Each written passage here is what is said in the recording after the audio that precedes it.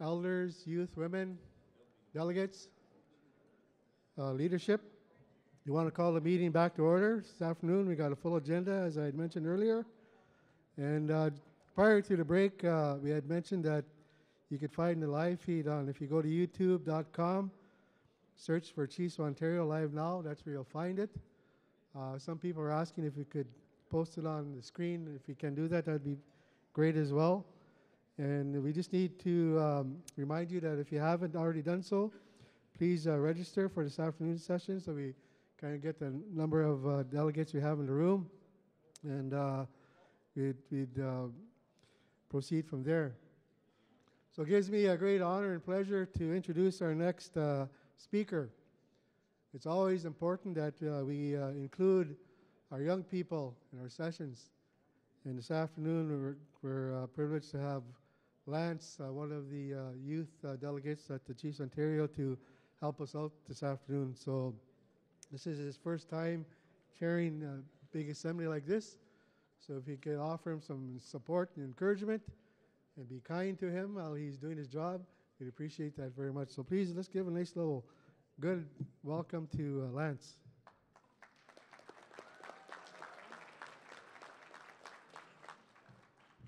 Good afternoon, Chiefs. As Daryl said, this is my first time having the opportunity to be the youth co-chair for this assembly, and I'm really grateful for the opportunity. Barrett has asked that I remind Chiefs that there's a Chiefs Committee on Housing at 6 o'clock in the Lakeshore Room tonight. So it is a privilege and an honor to introduce Grand Chief Joel Abram, who will be speaking on the Ontario Special Study. Joining him later will be Stephen Van Lawfeld from Insight Consulting and Ruby Miller, the Director of Social Services. Thank you.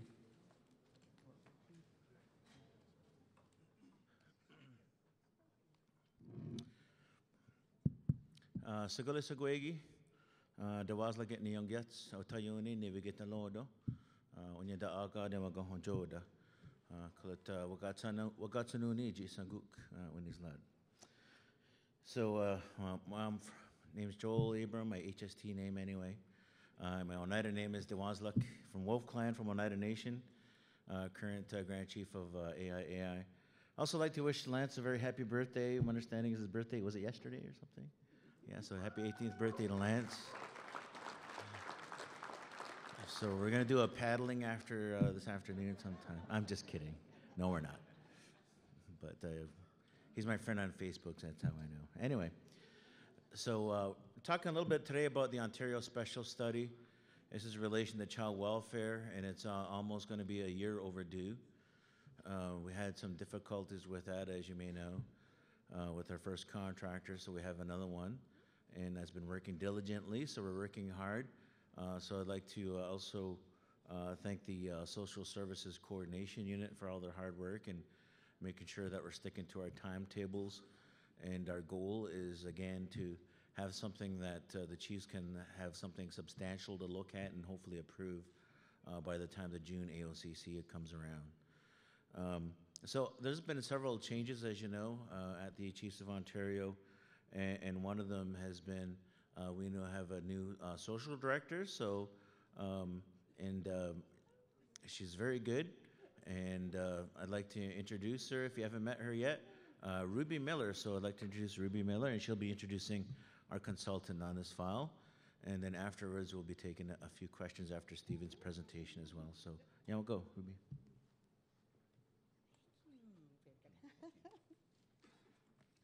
Whoa, okay. Bring it down. Good afternoon. As Grand Chief said, my name is Ruby Miller. I'm from the Six Nations of the Grand River Territory. I am Mohawk, and I am from the Turtle Clan. I just joined Chiefs of Ontario in January, jumped into the middle of all of the work that was being done in terms of the special study. The RFP had happened in December, and Insight Consulting had won the contract. So I'd like to introduce the owner. You're the owner of that, yep. Stephen Van Lawfield. He's from the Saugeen First Nations in Ontario. He's had a decade of experience with Indigenous government and community relations. He's the president of the Insight Consulting Company, and they specialize in research, planning, engagement, and evaluation. He's also the president of the Saugeen First Nations Development Corporation. And he used to be a former band counselor, so he has a very clear understanding of all the important work that the chiefs are doing. So I'd like to introduce Steve, and he's going to introduce his team.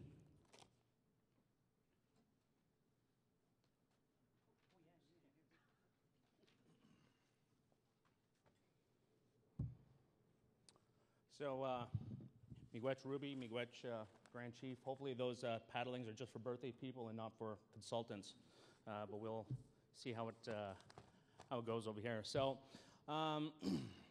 Honey, Sago, Scully, Wachea Chiefs, Grand Chiefs, Elders, Youth, Proxies, Delegates.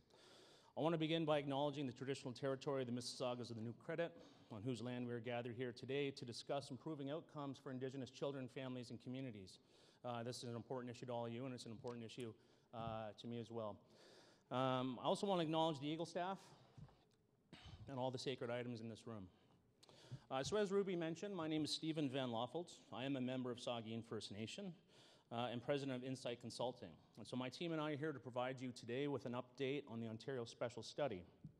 As you're aware, the Special Chiefs Assembly Resolution 2117 called on the Government of Canada to comply with the Canadian Human Rights Tribunal ruling and to fund the Ontario Special Study, which will provide options for a new First Nations family well-being policy, program delivery, and funding approach that is family-centered, community-directed, and supports better outcomes by focusing on prevention. In early January, my firm was contracted by the Chiefs of Ontario to complete this study, and over the past 3 months, my team and I have completed the draft study outline, study delivery transformation, approaches to funding transformation, and approaches to the 1965 Welfare Agreement, all of which are in the draft final report, which we'll be submitting at the end of the week. Each approach, which we're briefly going to touch on here today, has been developed with an overview and the associated advantages and disadvantages. Really what we're doing is we're providing options for all of you to consider, which will be submitted to the Social Services Coordination Unit, as I mentioned, at the end of the week. Let's see if we can get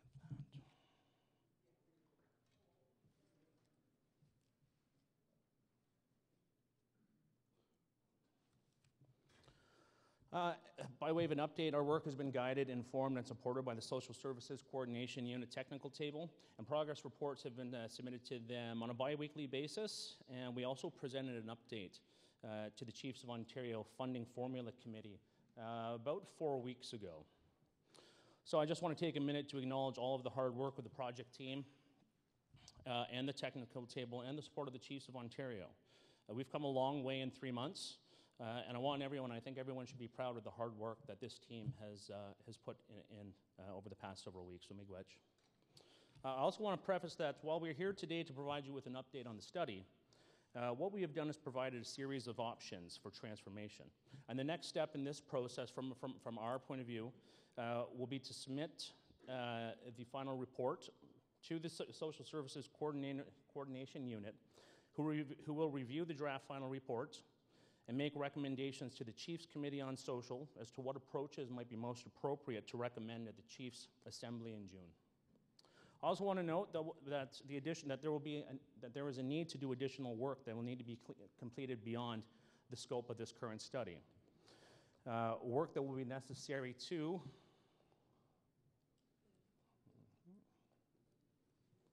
collect and compile the data needed to inform the funding options, refine the funding models for a more complete comparison, test and retest the funding model options on most, if not all, communities. So we tested 3 communities over here, small, medium, and large, but it would behoove us to go a bit further and look at what this means for all the communities, and to adjust the model as needed on small communities, small agencies, et cetera. That said, the funding options that we are presenting, they are sound and will be ready for review by the SSCU in the coming days. And Brenda, our economist on the project, she'll be presenting those options momentarily.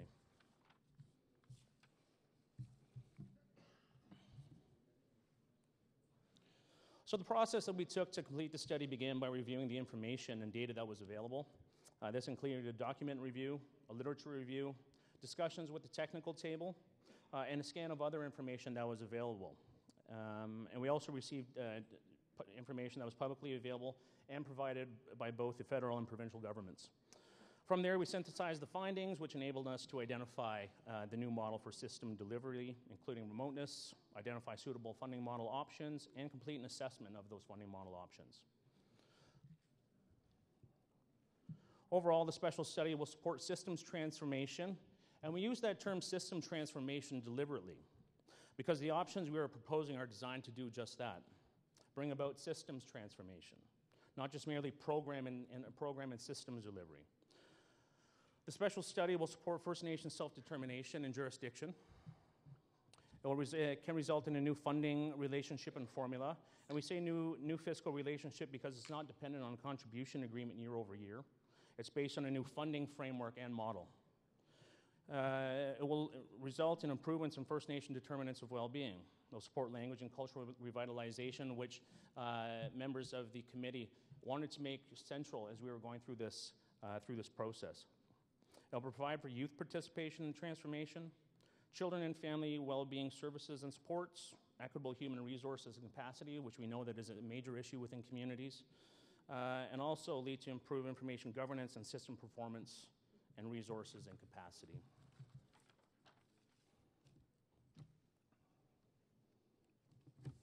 So this slide here, I'm just going to touch on it briefly, is basically about how do we get there. So this slide provides a process for transformation.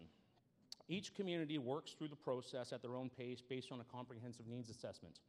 As communities begin to move through the stages of readiness and objectives are met, we begin to see short and long-term outcomes, including more children and families being supported in their communities, connections to community, culture, and identity, and improved child and family well-being overall. The important thing to note is that communities move through the stages at their pace and when they're ready.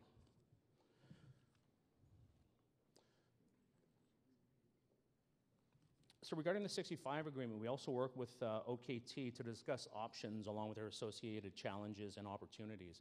So we've got 4 options over here. I'm not going to go into too great a detail. I think the important part is to focus on the funding model. But we did work with them. We came up with 4 options, one being end the agreement, update the agreement, and then we have some sub-options for updating the agreement, which we've provided in there.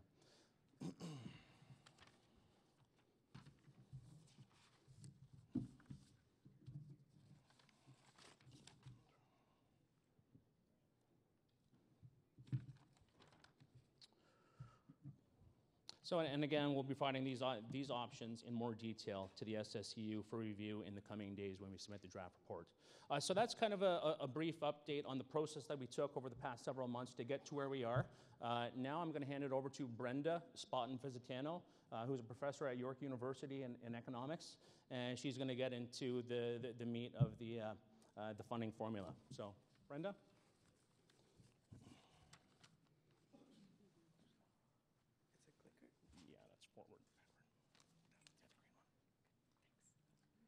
Thank you, Steve. Good afternoon, Chiefs. Good afternoon, everybody.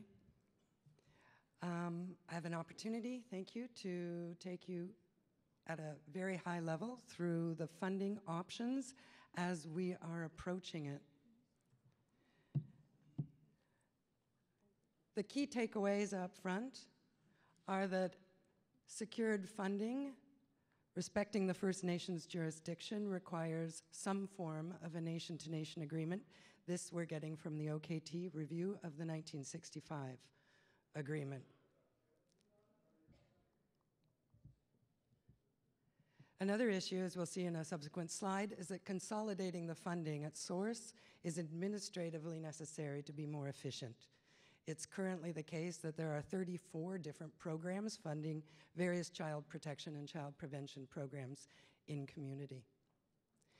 The funding formula, or the funding framework, as I'll show you on the next slide, includes a separate envelope that individual nations would apply to access funds for infrastructure, that would be your capital investment, and for exceptional circumstances and contingencies.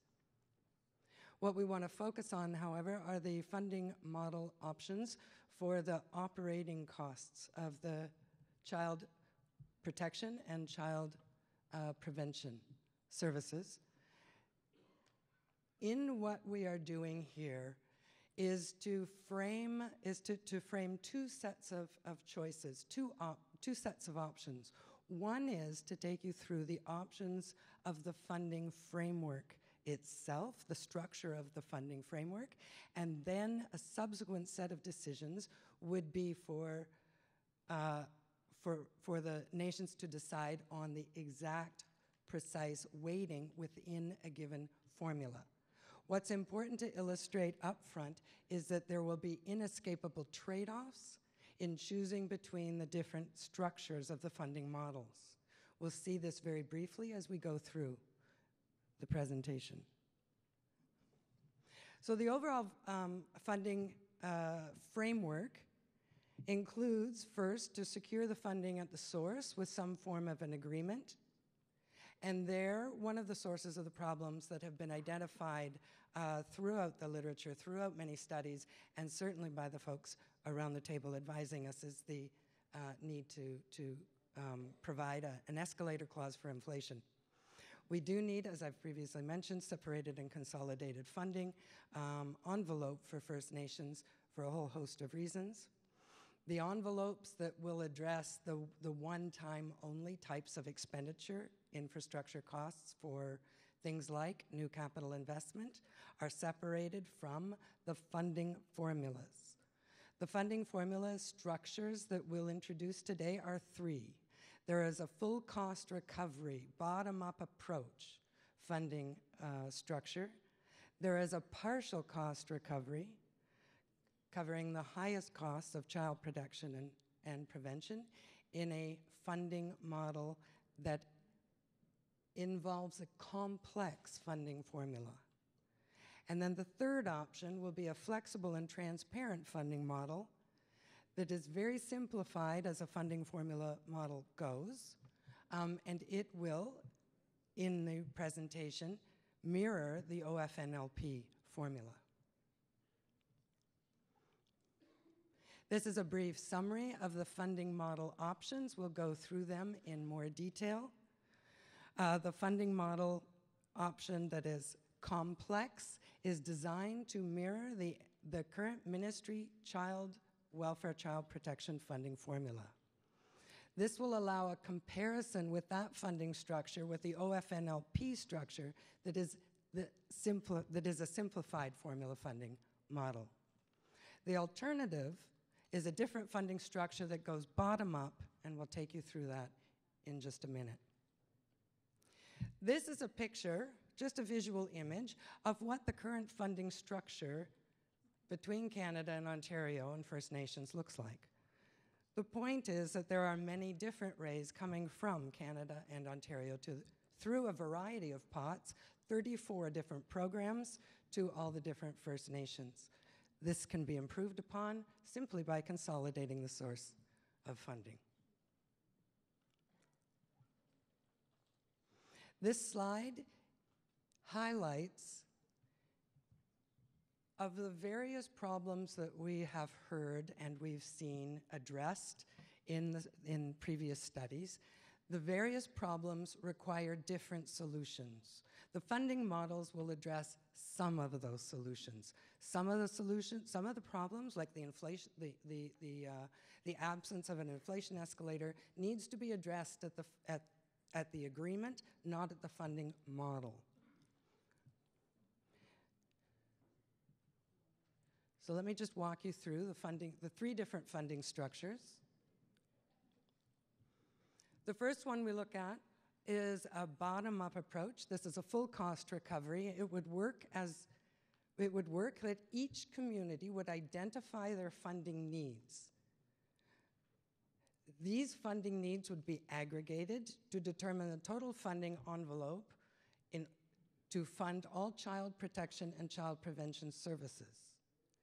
If the available funding is less than the total funding needs, the shares of the total funding envelope available would be distributed to communities in proportion to the needs they've self-identified. The second model, a complex formula funding model, moves us away from the individual inputs defined by individual First Nations communities to try a more aggregated approach. The complex formula funding framework would include both the child protection, admissions prevention, and upstream prevention, operations and maintenance. All these components would be accounted for, but not from the individual input self-identified by the communities. This complex formula will, in its structure, mirror what we currently see with the Ontario Ministry funding, the First Nations Child and Family Service Agencies. The simplified formula aggregates even further, and this would look, it's chosen in the document, to look exactly like the OFNLP formula. It has a base envelope, funds distributed to all communities. It has a formula funding component that distributes funds on the basis of population, and then it has an adjustment for remoteness. Drink of water. For those of you familiar with funding formulas, thank you. For those of you familiar with the OFNLP funding formula, what I'm doing here is just summarizing the operation of that. What we see in the simplified funding formula is the greatest distance between what a community needs for its individual circumstance and what the funding formula is delivering in terms of the funding to that community. In general, here are the trade-offs. The more detailed we get with the input costs in something like a bottom-up approach, the greater the requirements for reporting, the greater the detail required from each individual community. The simpler we make the formula, the further we get away from the cost drivers. And the greater the risk, therefore, that the funding delivered doesn't match the funding needs in a given community. The best we can do with a simplified formula is, of course, to hit on average what the funding needs would be.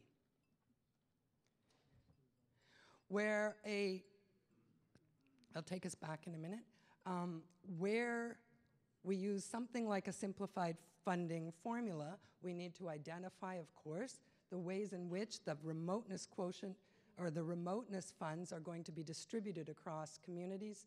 And for that, we need some sort of an index of the degree of remoteness.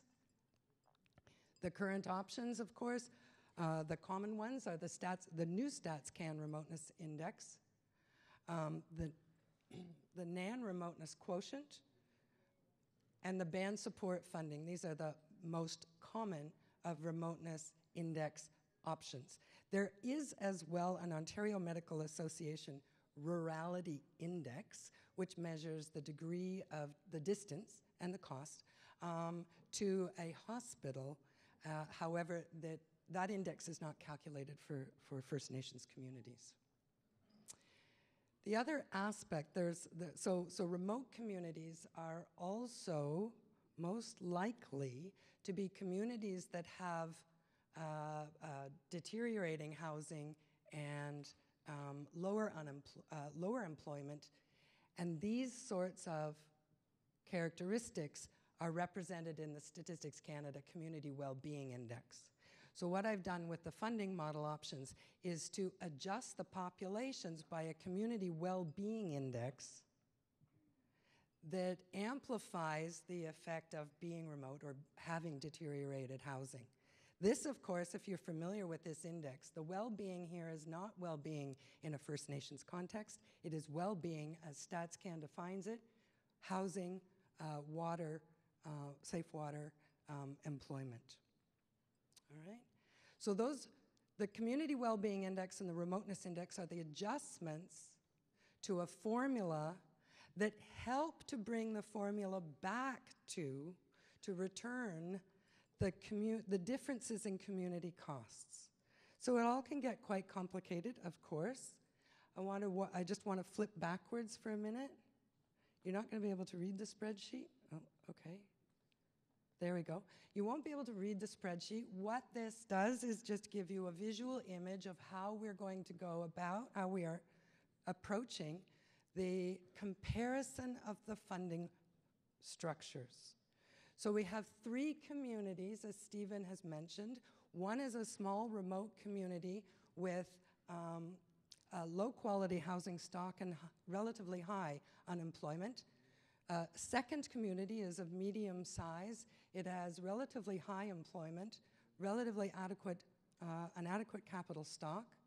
And then the third community is larger. It's larger and hits all the averages. So in this way, by applying the different funding formulas, the complex formula, the simplified formula, we can roll out an example of how the monies would be distributed differently. And when you get a chance to actually look at the spreadsheets, you'll see that the difference in distribution is rather quite substantial. What'll be important for the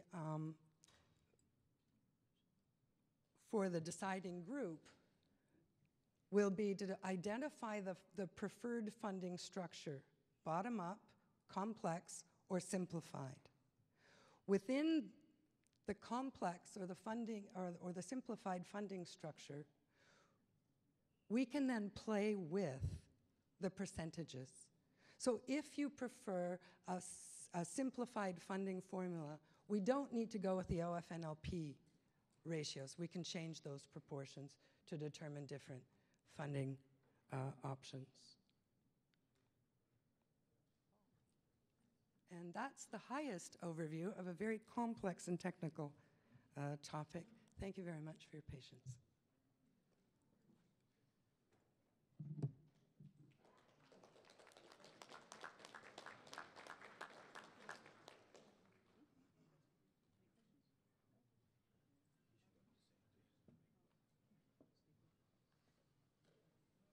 So that is a very high-level summary of the work that we've been working on the past 3 months. As I mentioned, that report will be submitted to the SSCU at the end of the week. They'll be working through the options and then making a recommendation back to the Chiefs Committee on Social for the June meeting. I believe we have a couple of minutes for some questions if anyone has any questions.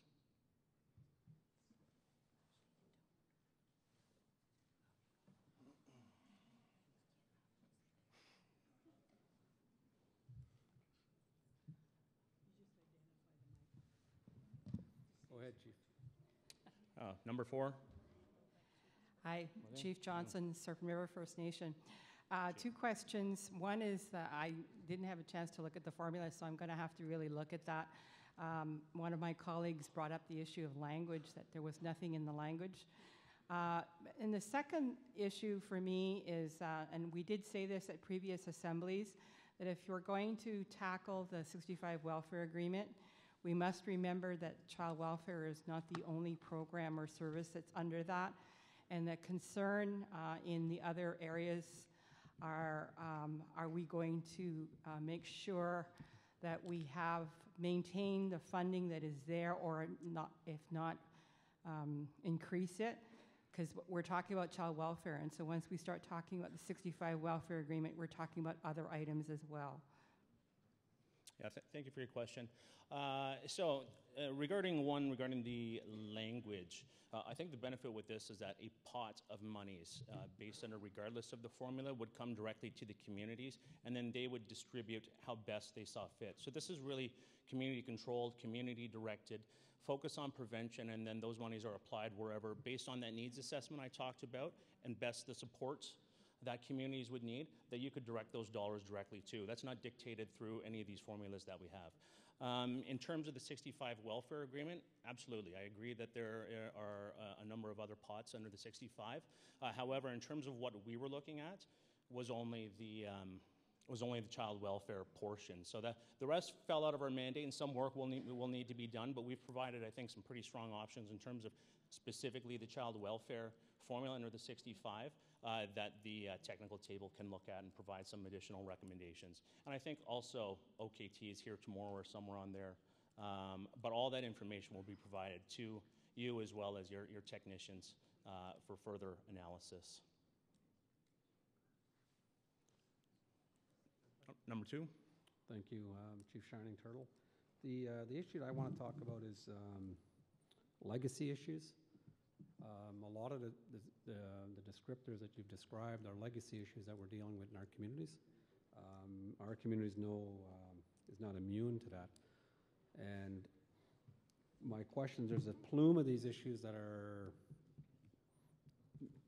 very detrimental to our homes and where our communities want to be. Has there been an effort to find resourcing within the reconciliation framework to address these legacy issues, the issue of housing, unemployment that leads to welfare, so on and so forth?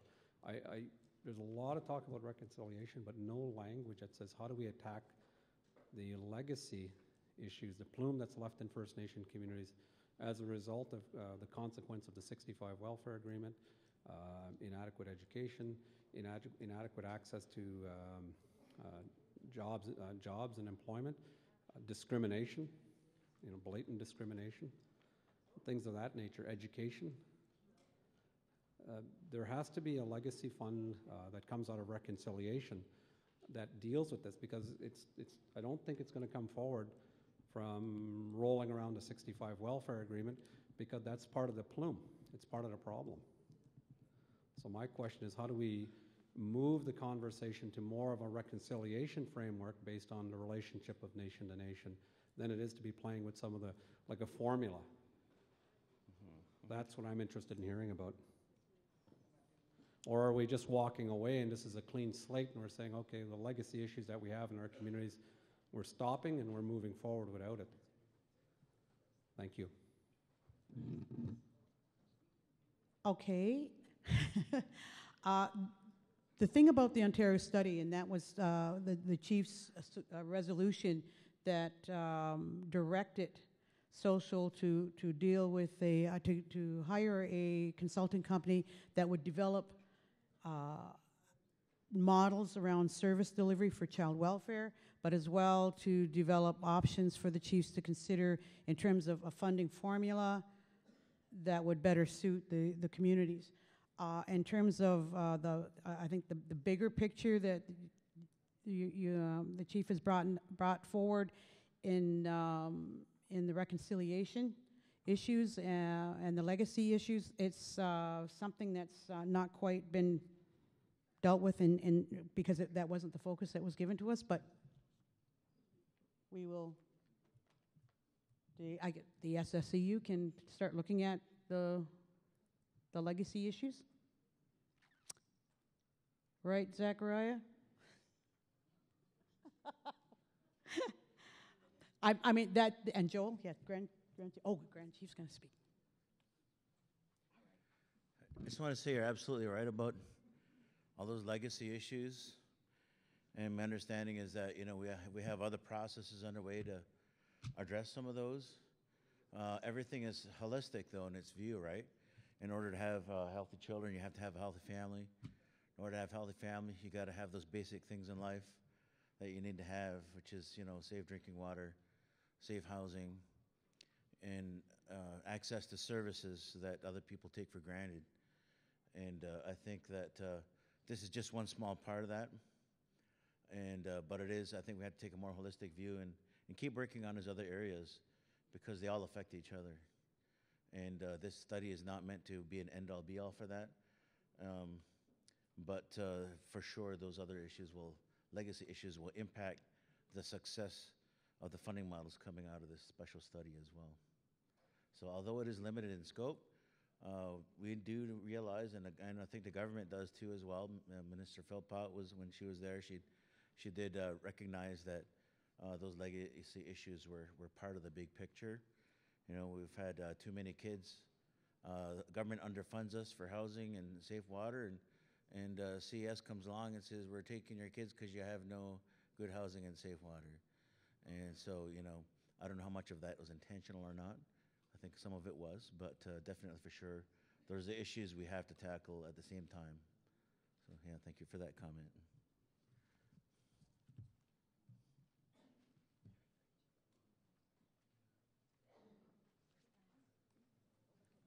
Microphone number 3, please.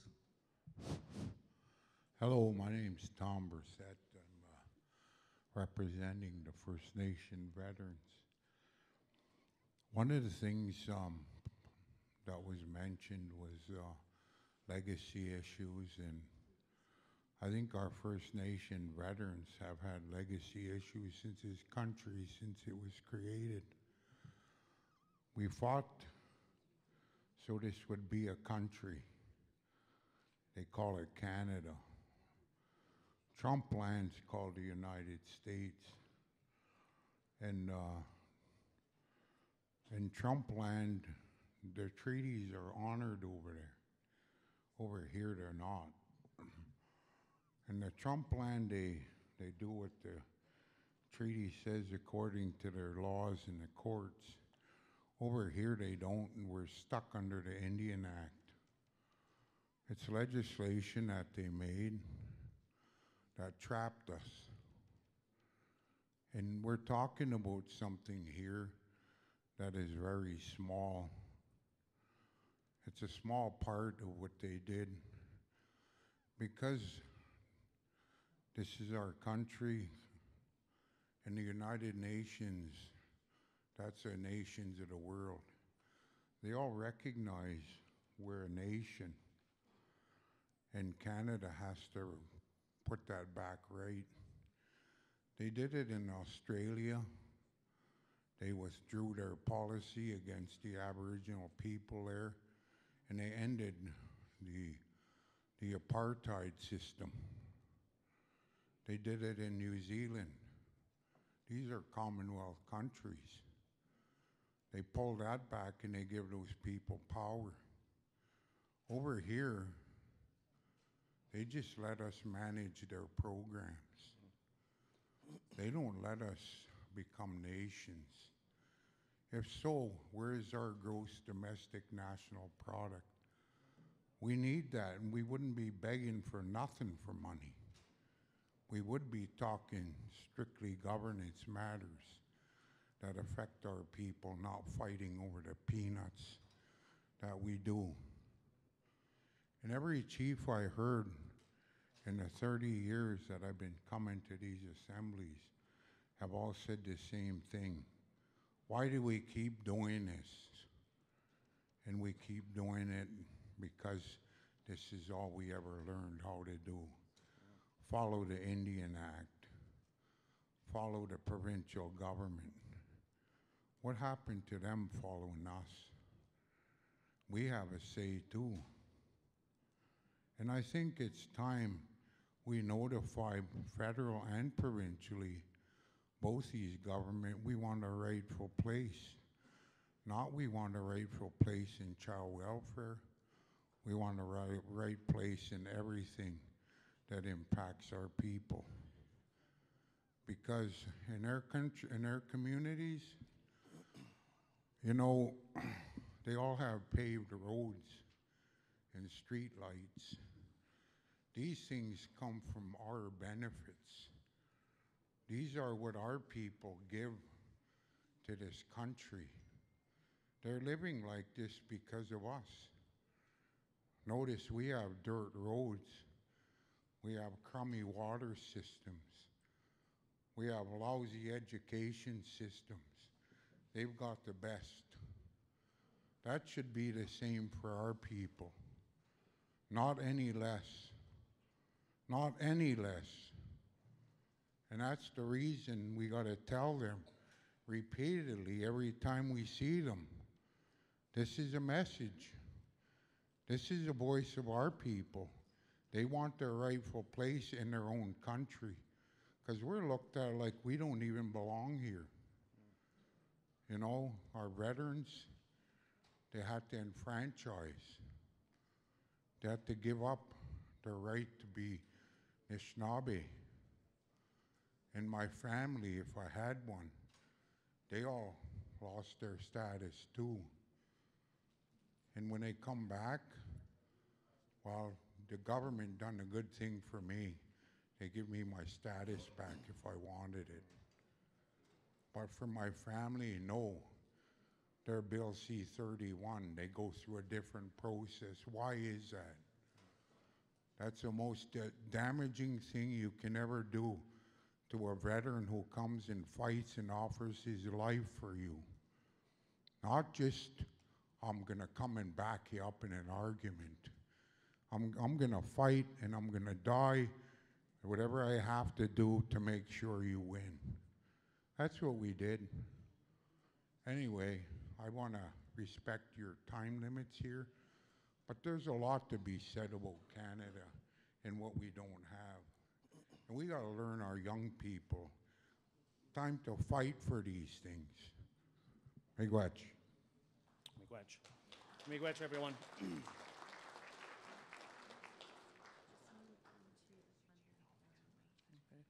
Thank you to the presenters for sharing that information with us. We'll be moving on to the funding formula committee update by Linda Commandant and Tracy Antone, Chief Operating Officer. And then after the funding formula update, we'll have our wellness break at 2:15. Thank you. Okay, actually, we'll wait for the presentation to be done, and then we'll do the wellness break. Thank you.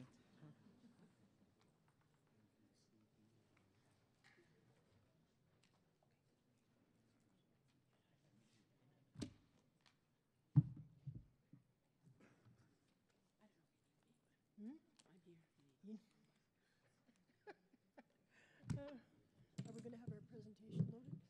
Okay. How do I? Can we have the funding formula presentation on the screen, please?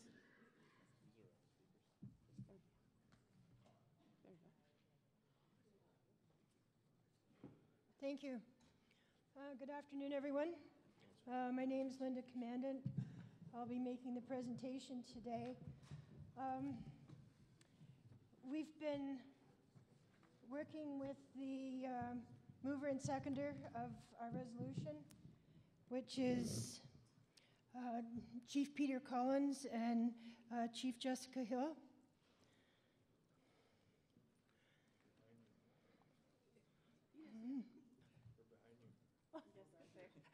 And the whole committee is sitting here behind me. If you have any questions, you can ask them.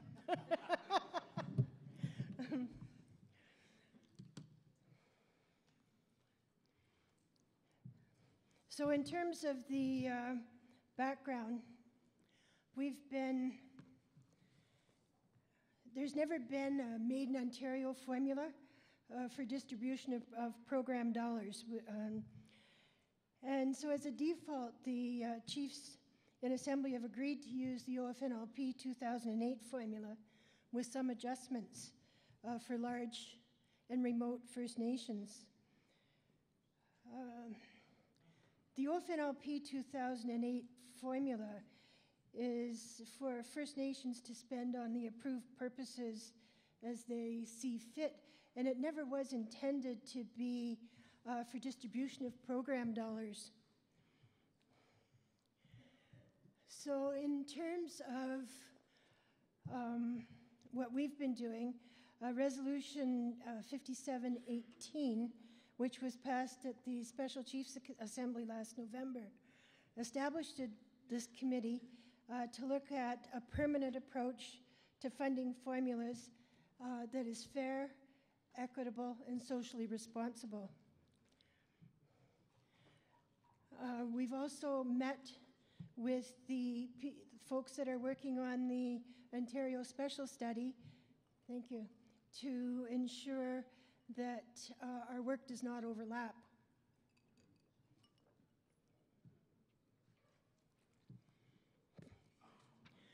So what we want to do to you today is to present a concept to you and get some feedback in terms of where we move from here. So the approach that the committee has taken is to create an inventory of indices that can be used to create a funding formula for any given program. So what we've done is we've looked at it like a money tree. And so the money tree lays out some of the indices that we've looked at so far.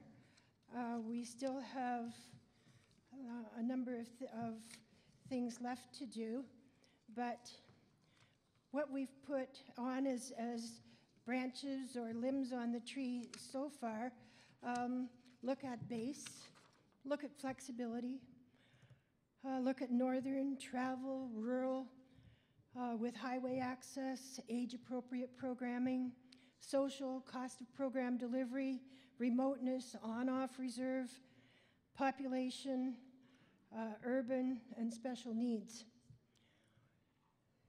So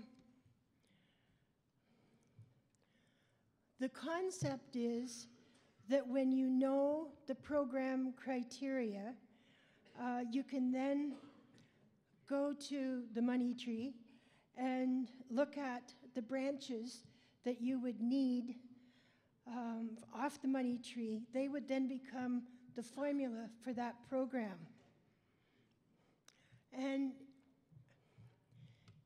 if this concept is acceptable, what we'll do is we'll work with the economist, and we're planning on using the same economist that the Ontario Special Study is using, to make sure, first of all, that we have a complete list of indices. And our next step in working with the economist would be to determine what are base costs within any given program. So that could include delivery costs with factors that address large First Nations, remoteness, travel, or other factors that would all go into the base. And the base would vary depending on your size, location, the delivery mechanism of the program, and other components. The program dollars itself would be above the base, and that would be delivered by population served. For example, if the program was meant to serve, say, children 0 to 18, then each community would get the same amount per child for that program. For instance, I'll use my own community as an example. If you take Wata, we're a small community, so our delivery costs would not be as great as a large or remote First Nation. So what would happen with that is when we look at all of those indices and cost them out, maybe my First Nation only gets half a base. Maybe the larger First Nations get a base and a half or double the base. So it's those kinds of factors that we're trying to work through, and we'll work through with the economist to make sure that any of the formulas addressed are fair and equitable. So when we look at next steps, in the initial discussion with the economist, we've been assured that this approach can make sense and that it is doable. providing the concept is acceptable, we'll continue to work with the economist, flesh out the branches of the money tree. It may work out that there's more than one money tree. I'm not sure about that yet. But we'll see how it works as we go through this process. So far in the work that we're doing, we've come up with a couple of recommendations that we would like to pass on to you at this point. We're recommending that all of the formula-based funding go directly to the First Nations. And it gives them the option to deliver the program internally or to contract for external delivery or to group with First Nations near them, maybe to deliver the program, whatever. We just want to be able to have the funds go directly to the community and give the community options of how they want to deliver their programs. Either way, it gives the First Nations more control. The second recommendation that we want to make is that there's some kind of a political lobby put in place that starts looking at getting Ontario's fair share of the formulas, the national formulas that are out there. And it goes to the kind of things that Tom Brissett was talking about a while ago. You know, when I worked at the Chiefs of Ontario over 30 years ago, there was still this thing out there that Ontario wasn't getting a fair and equitable share of the national budget. Didn't matter whether it was Indian Affairs, Health Canada, Employment and Training. Ontario was not getting their fair share. And so we need something in place that's going to be able to address that, some strategy in place that's going to be able to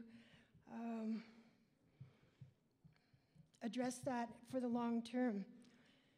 There's this myth out there that Ontario First Nations are a lot better off than the other First Nations across Canada, and we all know that that's not true. So that's our second recommendation. So that's where we are in our work. Within, we're asking for feedback on the concept. If you want to provide some to us today, that's fine. Or if you want to give it to the committee member from your area or send it directly to Tracy at the Chiefs of Ontario, that's fine. We're looking at meeting with the economist the 30th of April. So if we could have some feedback before that time, that would be greatly appreciated. Thank you very much.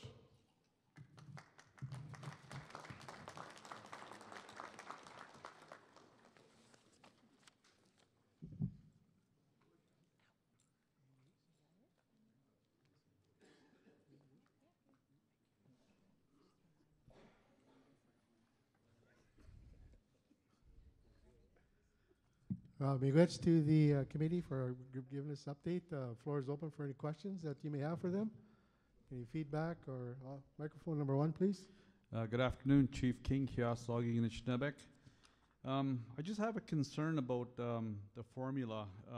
First of all, I want to raise the issue of the near bands and how is that going to take into consideration the population formula? That's the first question I have. Because my understanding was that the near bands were supposed to get some kind of recognition within a required time frame, and that has never come to be. Secondly, the process of recognition through the Chiefs of Ontario, at one point that if you were recognized by your region, then you were secondly recognized by your PTO, then you were recognized by coup by resolution, and you became a near band. But if you're looking at fair and equitable, and again, because I want to bring up an issue that I know I don't want to whip a dead horse here, but there was a near band that was getting more funding than Gull Bay First Nation was receiving from our OLG payments. So how is that fair and equitable when we have 1,400 members, and we had a near ban that had basically a family affair, and they were members of our First Nation, but yet they were getting more OLG funding than we were, and they were even considered remote and didn't even have a land base. So I want to make sure that we get this right before we adopt any new formulas. And you talk about this money tree. Well, I think every First Nation is going to look at every branch and twig to get their share of money here. Like to me, I don't know if that's even plausible to even make that kind of a suggestion, because I know that I will be searching every branch and twig on that money tree to get money for my community. So that's the question I have, because if you're going to base it on population, how could you be basing it on a near ban that has a population from another First Nation? One. Secondly, the process for recognizing new communities, in terms of membership, how does one determine that membership? Because again, is it based on you signing up other members from other First Nations to your community? Is it based on accepting non-status or Métis members? Or is it just signing up any old buddy to say they're a member of my community or my First Nation, and there's no checks and balances? So you could have, technically, 5,000, 10,000 members of a new band. So I'd like to get those questions answered. Miigwech. Miigwech, Chief Peter Collins. Thank you for the question, Chief King. And I guess even at the committee level, we've had that discussion about near bans. And what we said at our committee is we're here to work on a formula. That near ban issue is a political issue. It's more for the chiefs in the assembly.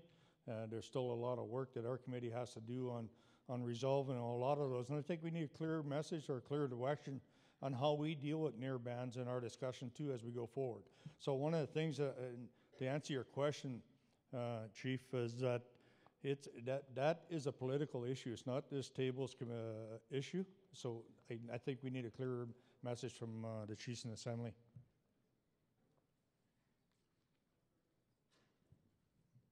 Miigwech, Chief Collins, microphone number 2. Good afternoon. I have a question around the progress that's been made through the human rights cases. So we have a human rights challenge, special high needs education. We know that Cindy Blackstock has fought with the AFN, has fought a case against the government for so long, and they've been getting orders and orders to do so much more for First Nations with children and youth. So one of the things that we're pushing Canada on is substantive equality. And I need to know that by us signing agreements like this that lay out formulas that take what the monies that Canada's offering us, doesn't stop or delay our process of substantive equality, because that'll address some of the things that Tom Brissett talked about earlier.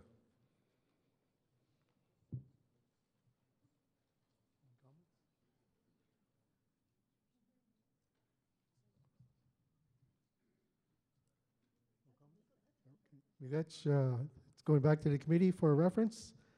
Microphone number 3, please. Miigwech, Chair. Thank you.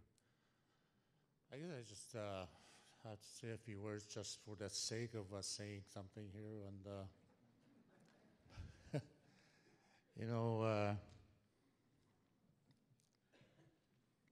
I have a concern about the future generation.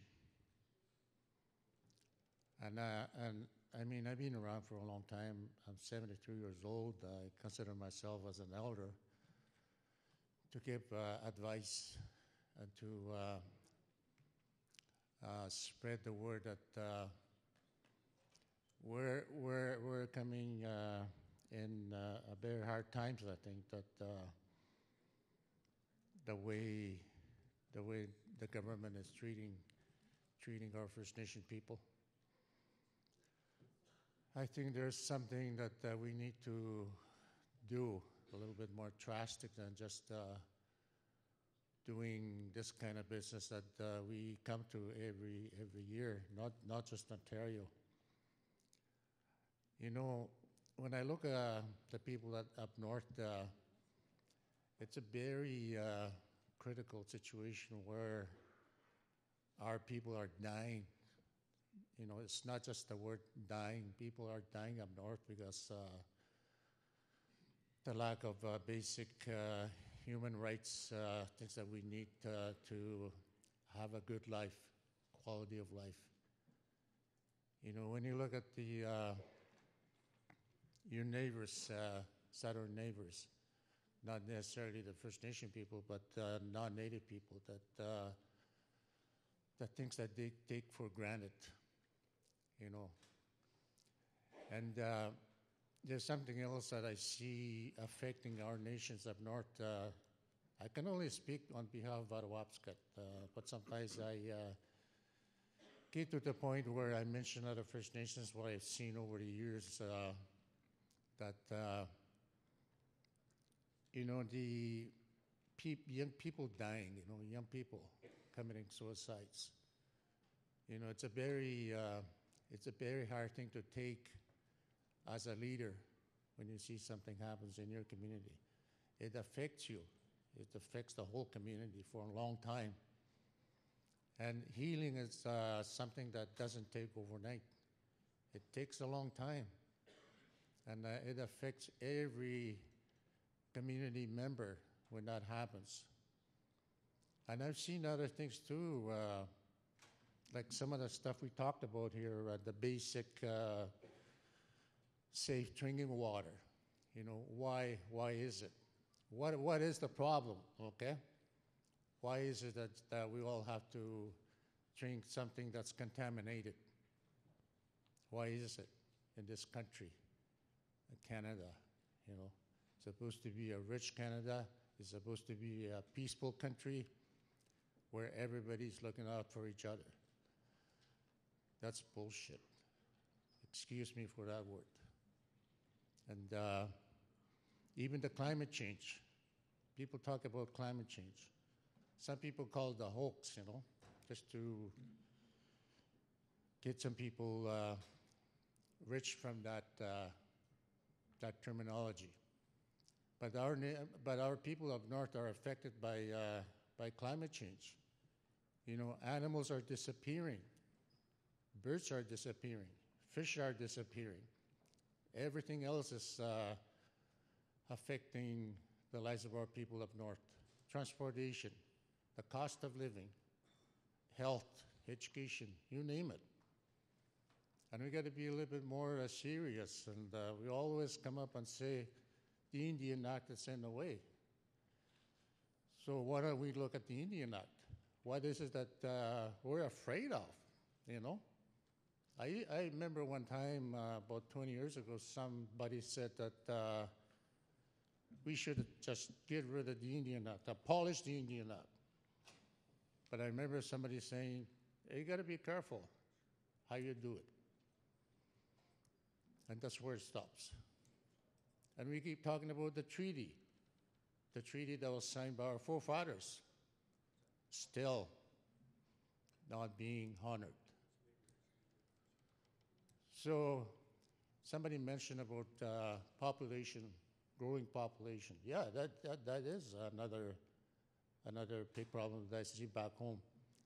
You know, we have about over 4,000 members in Attawapskat, and there are 420 people that don't have a home, a roof over their heads. So what's the solution? What's the solution, people? Is there a solution? Or are we to keep coming back here, talk about the same thing over and over, like my colleague there, Tom Persett, said just a few minutes ago? It's a reality. It's nothing new. It's nothing new. We heard this a long time ago. Even when Treaty Number 9 was first established by our elders, who went to see the Queen, who went to England. And I appreciate the work that everybody's doing, trying to get more money. But you know that the federal government and the province will not give us anything more than what they can do, like as we see every year. Even the Prime Minister says something and it doesn't happen. They're talking about dishing more capital infrastructure housing dollars, and That's just words. You know, if they don't get in again this summer, another election, that's not going to happen. It's just a political scheme that they do. So I don't know what the answer is, chiefs. Somebody in this room might have an answer, but I'd like to hear something that how this thing, money tree, is going to help some of the things that we need. Just for instance, Ottawa-Upscott needs about $70 million to upgrade their housing needs. So what do I get $70 million?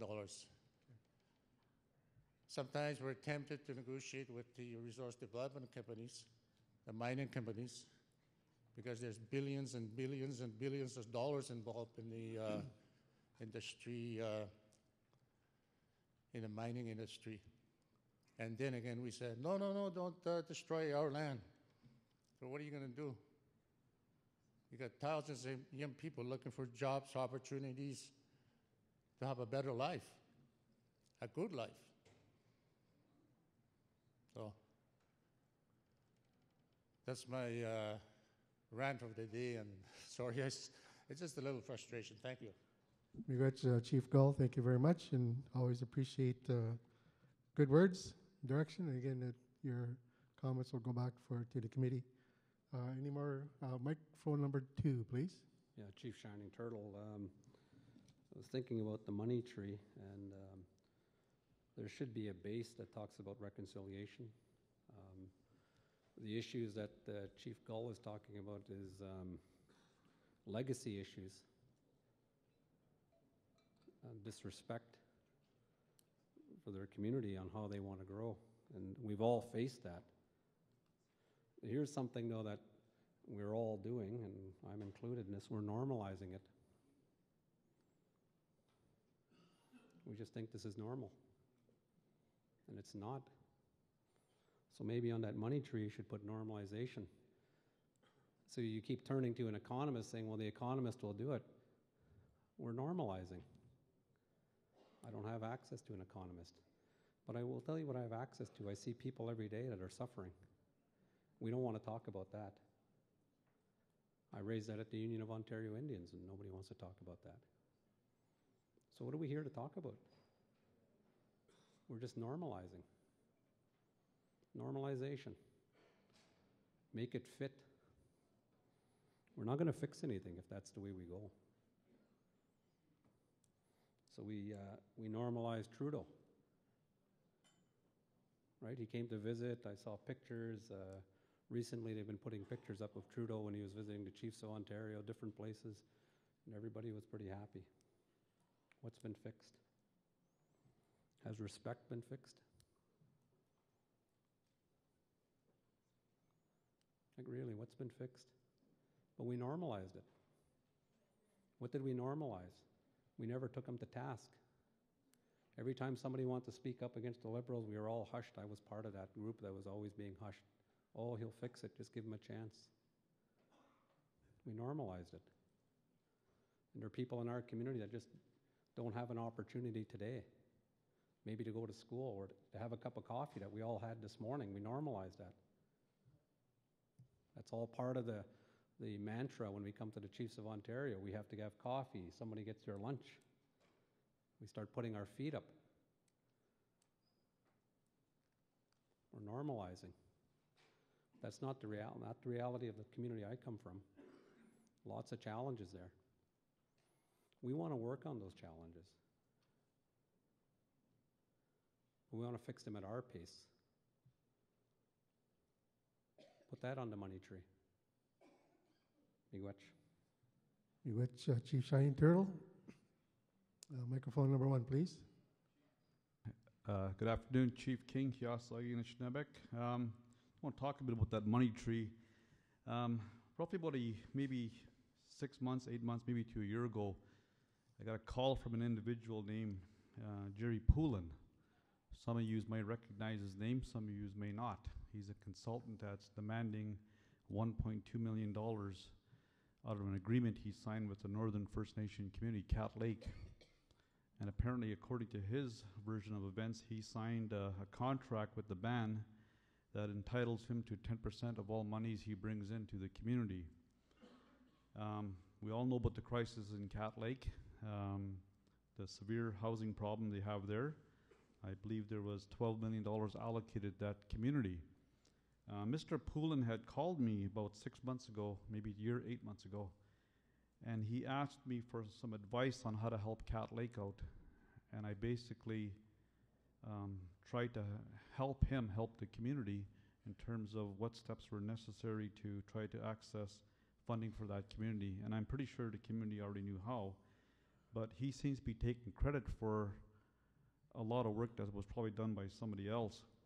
But to me, it shows that you know, there's a real need for, and we talked a bit about this already, you know, in terms of how we have, you know, consultants taking advantage of our communities. And I know there are a lot of good consultants out there that work very hard for their money and don't demand or command such a high amount of money for work that I think is can be done either the chiefs and councils themselves, even their own members, or even their own Aboriginal consultants. But to me, it's unfortunate that this has hit the news again. It's on the Toronto Star again today about this individual, and I'm kind of sorry that I spoke to this man. I'm not saying I'm responsible for bringing any money into the community, but I sort of helped him, I guess, you know, inadvertently helped him. So I reached out to Ontario Regional Chief, not Ontario Regional, sorry, the Anishinaabe Grand Chief to ask if there's any way I could help out and try to deal with that situation, because I honestly felt that he didn't know where the hell to go.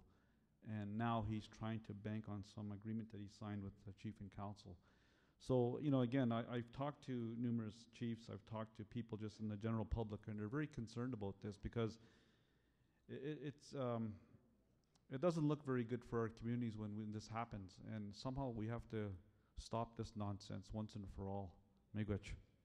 Miigwech, Chief. Microphone number 3, please. Miigwech.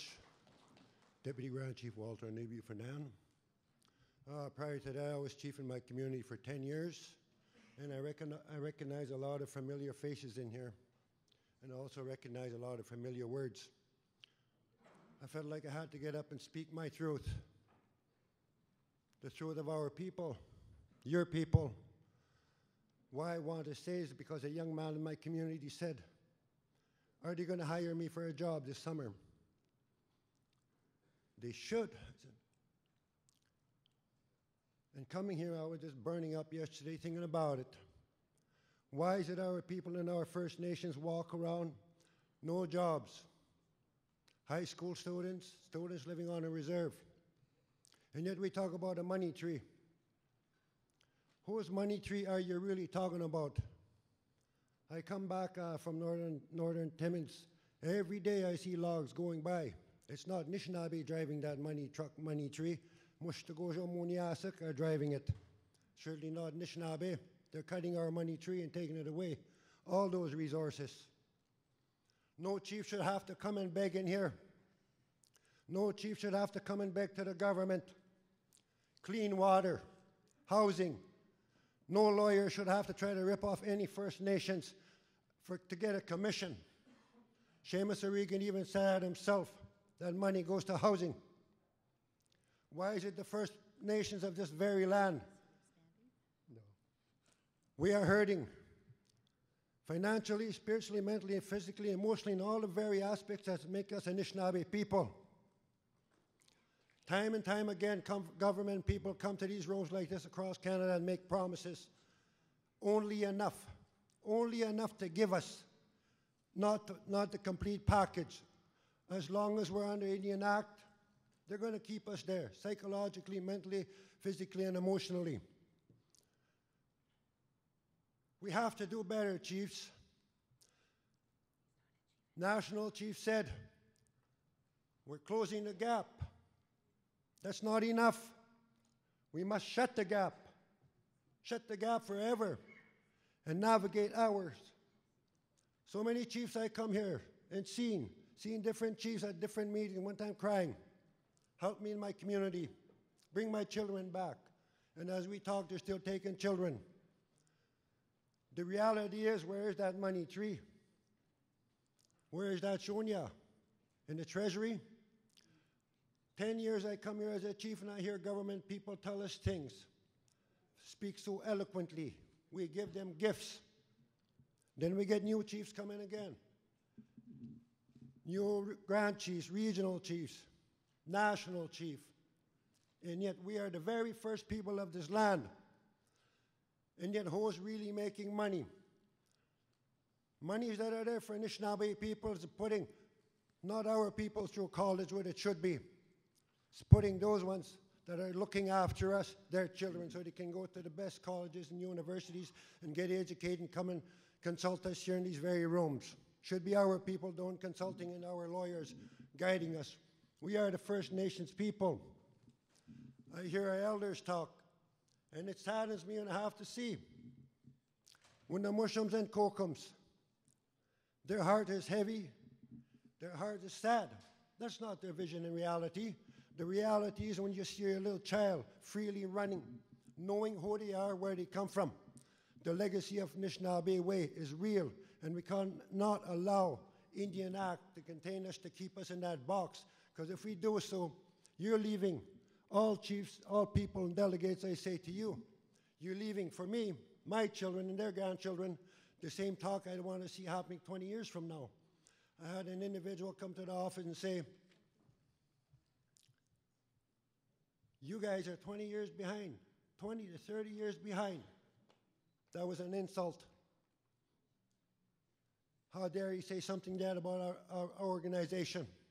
That's not how I see it. It's the government that's more than 20, 30 years behind in meeting their obligation. Why can't we challenge Canada and take them to court under the fiduciary obligation of treaty and all what they truly owe us? I did talk one time to Giselle Picard, then Grand Chief, and then Stan Beardy say to challenge Canada because they owe us a heck of a lot, not just the money tree, but the whole thing. That thing, we call it Canada. We are the true stewards of this land, and I want your children and my grandchildren to have peace of mind, know who they are, know about drum, know their language, all the things that encompass that make Anishinaabe people and to make us a good nation on Turtle Island. Hey how, miigwech. Miigwech, Deputy Grand Chief.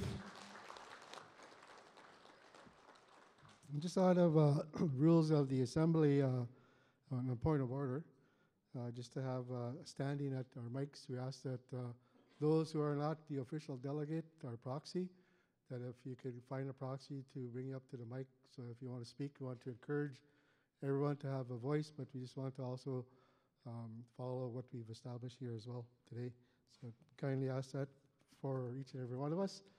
And to close off this part of the discussion, I'm going to invite up Regional Chief Archibald to give some closing remarks.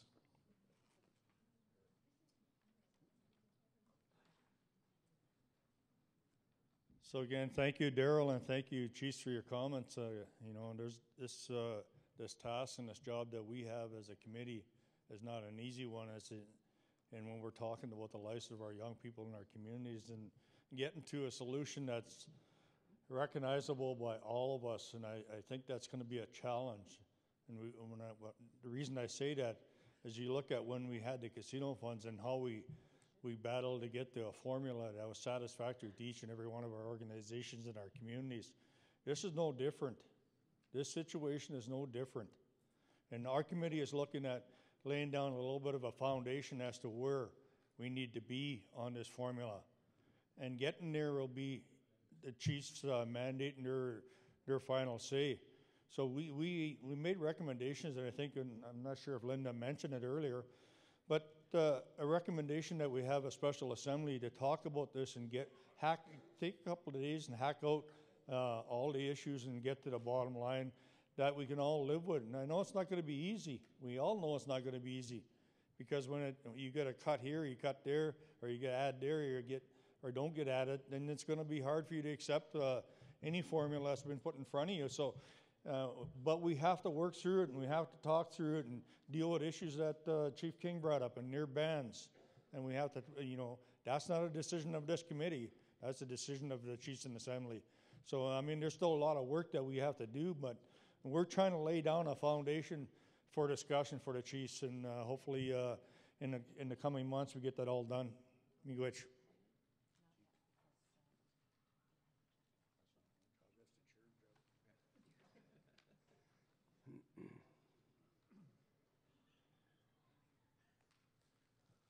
Microphone number 4, please. Yes, Chief Rodney Naganash from Rama First Nation. I just want to think, I'm not sure all the chiefs in the room know that Rama's not part of this money tree, and we don't think it's fair. And if we're not part of it, it says Ontario First Nation, limited partner. We're a First Nation in Ontario. I went to the committee with my council twice. They said that we're not part of this. I have to disagree. We got revenue sharing for 5 years only. We don't get nothing for the last 16 years. There's other gaming facilities that get revenue sharing, either through casinos on their First Nation or land lease money from gaming. They get money from that facilities, plus they're part of the money tree. So I just want the chiefs to know, Rama, this is how we feel. We talk about respect. You know, put yourself in our shoes, how we feel. So all you hear here is respect, respect. Maybe there should be elders on that committee. Miigwech. Miigwech, Chief, you'll get clarification for that on you. Chief Naganash, this work that we're doing here is for the programs and services that come from funding agencies. This discussion has nothing to do with OFNLP 2008 or the formula that OFNLP 2008 has.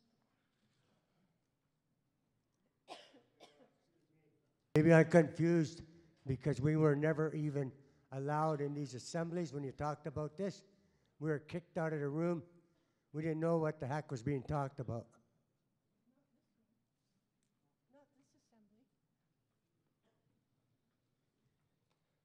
Not this assembly, Chief Naganash.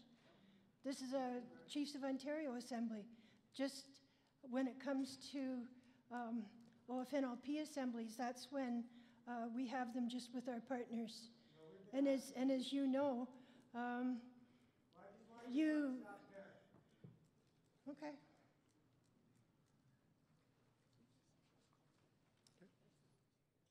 Miigwech, Chief. Now we'd like to invite Ontario Regional Chief to closing remarks, please.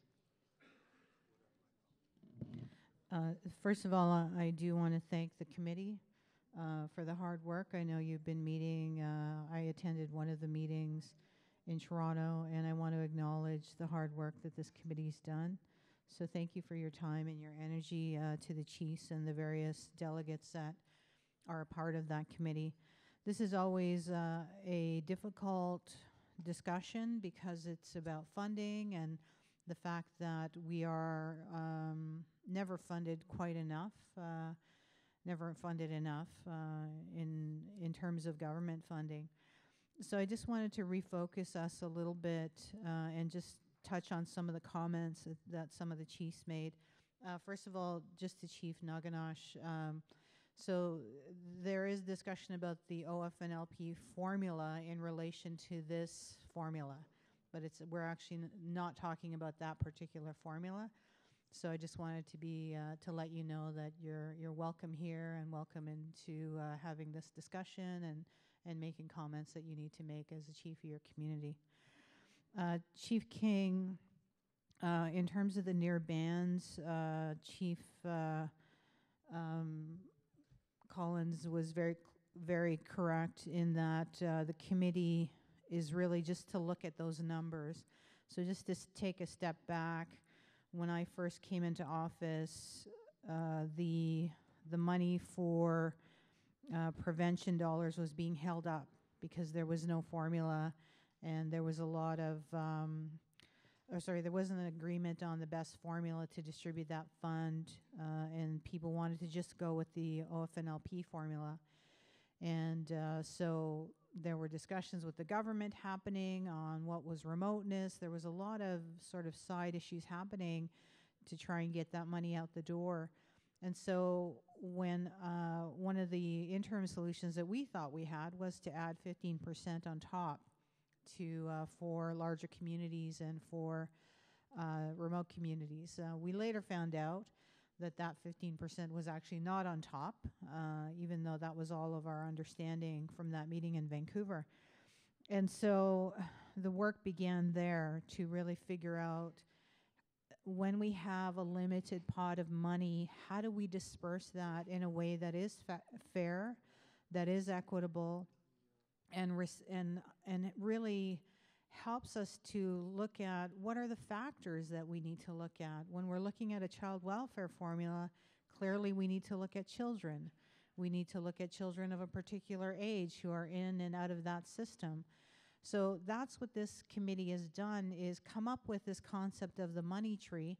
And the money tree is really trying to put as many leaves on the tree, that is different pieces of the formula, so that you can pick and choose. So if this is a prevention dollars disbursement of funds, which the government was doing to try and say they were, as Chief Laforme said, working towards substantive equality by releasing all this new fund, that we then had to figure out how to disperse it in Ontario. And so when we think about prevention, what are those things? What are the things that we're going to put on the money tree and then take down and say, these are the 5 things we're going to put in a formula for distribution of prevention dollars? We just had the same exercise with early learning childcare. And so that was another fund that we dispersed. And that was very contentious because, again, we had to go back to the only formula that's accepted in Ontario, which is the Ontario First Nations Limited Partnership formula from 2008. And so during that call, the Grand Chief of Anishinaabe-Aski Nation and the Grand Chief of Grand Council Treaty 3 said, we need a fair formula. We need an appropriate formula. A gambling proceeds formula is not the right formula to be dispersing funds for early learning childcare. And so we said, well, the committee is working on this, and that's the work that they have brought to you, chiefs. They have brought to you a concept of a money tree that has many things on it, has many pieces that we can draw from. So now when we look at early learning childcare, what are the components there? Obviously, it's children between the ages of 2 and 6. So that becomes a piece of the money tree that is a part of a larger money tree that we then say, okay, now we're looking at a different formula. Let's grab those 5 things off the money tree because they make sense for an early learning childcare formula. So this money tree that this committee is developing is really an umbrella. It's a framework, in a way, that will allow us to look at different ways of distributing funds based on the needs of those funds. So your input, chiefs, is really important for this committee. It's really important for them to hear from you about what are some other leaves that we need to put on the money tree and then take off at different times. So I really, when Linda gave me the summary of the money tree, I thought, wow, this is really different. Because now we're not talking about a base based on population, a base just based on overall, overall base for somebody, and then a little base for, for remoteness, or a base for larger communities. We're talking about the complexity we need to discuss when we're going to disperse funds. So I really appreciate the work that they've done. And again, this meeting is an interim step. Our meeting in June is really where we start to make some hard decisions about what the money tree will be. This step for this meeting is to present this information to you as chiefs and to have a way to get feedback from you. And again, I look back to the comment of Chief Atlukin earlier when we talked about restructuring. How do we get your input into this formula between now and June? How do we engage you deeper and more meaningfully so that this formula, when it does come back in June, that it is as complete as it possibly can be? And so that we aren't grappling with this kind of, trying to push through dollars in Ontario based on a formula that doesn't make sense. That we move beyond that. That's what this work is about. And I also wanted to talk a little bit about, Chief Shining Turtle, when you talked about normalization. It's true. We have this expectation that the government never quite gives us what we need. And so that becomes a normalized process for us to then say, well, I guess we got to kind of fight over this money to make sure our communities get our piece. So that kind of ongoing normalization of the fight over funds is one piece of this solution that has been presented to us by the Formula Funding Committee. It's one piece that it becomes so routine for us to say, well, what are the pieces that really matter when we're talking about this new fund that's coming down for children? And we're able to build that formula in a way that is cooperative, where we're thinking about children first and we're thinking about the specific needs of that money. So it's a long road, and I really want to commend you, chiefs, as well, around the table for really moving beyond status quo, because that's what you're doing. We're really starting to push the envelope of how this organization behaves, how you determine how this organization moves forward. And so this Formula Funding Committee is really pushing. We're really like trying to get beyond where we are today. And I know that is always to push against the status quo and to actually be a part of a change process is not easy. And I'm so very grateful to you for embracing these challenges that are in front of us and trying to find these solutions so that we can have fairness in terms of how we deal with one another, and have respect for one another when we talk about limited funds, and how we can help each other and how we can help children and families in our communities. So in terms of some of the other comments, Chief Gull,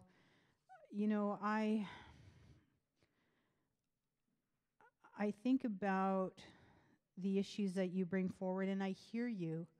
I hear you today. I've heard you in so many meetings talking about these challenges around youth suicide and the long-term healing from all of the trauma that's happened to us, the intergenerational trauma. We're all in the midst of this fallout from residential schools, colonization. I mean, we can go on and on about the things that have caused this trauma.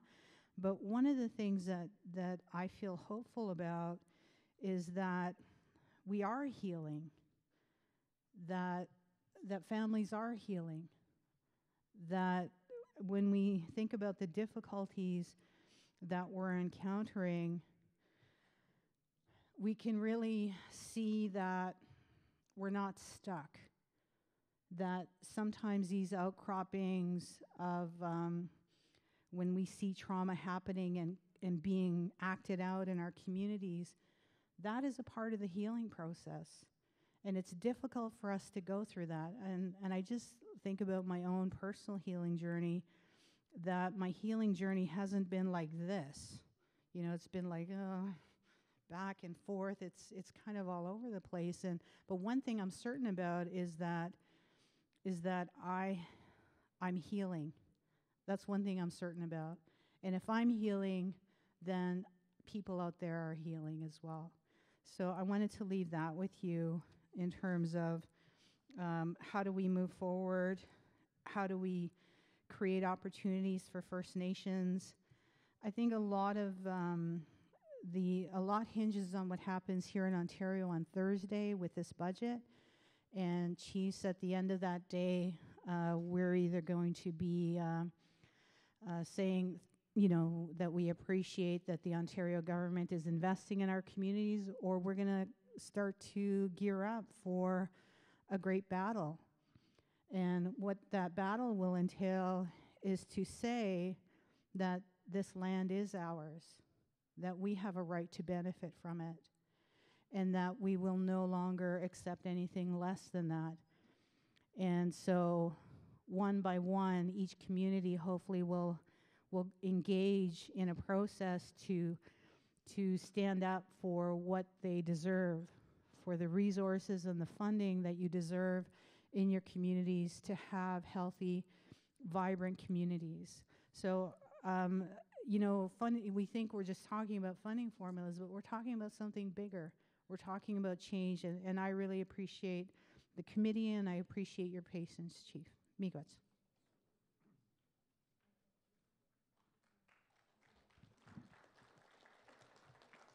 Miigwech, Ontario Regional Chief, for those closing comments. That concludes this agenda item.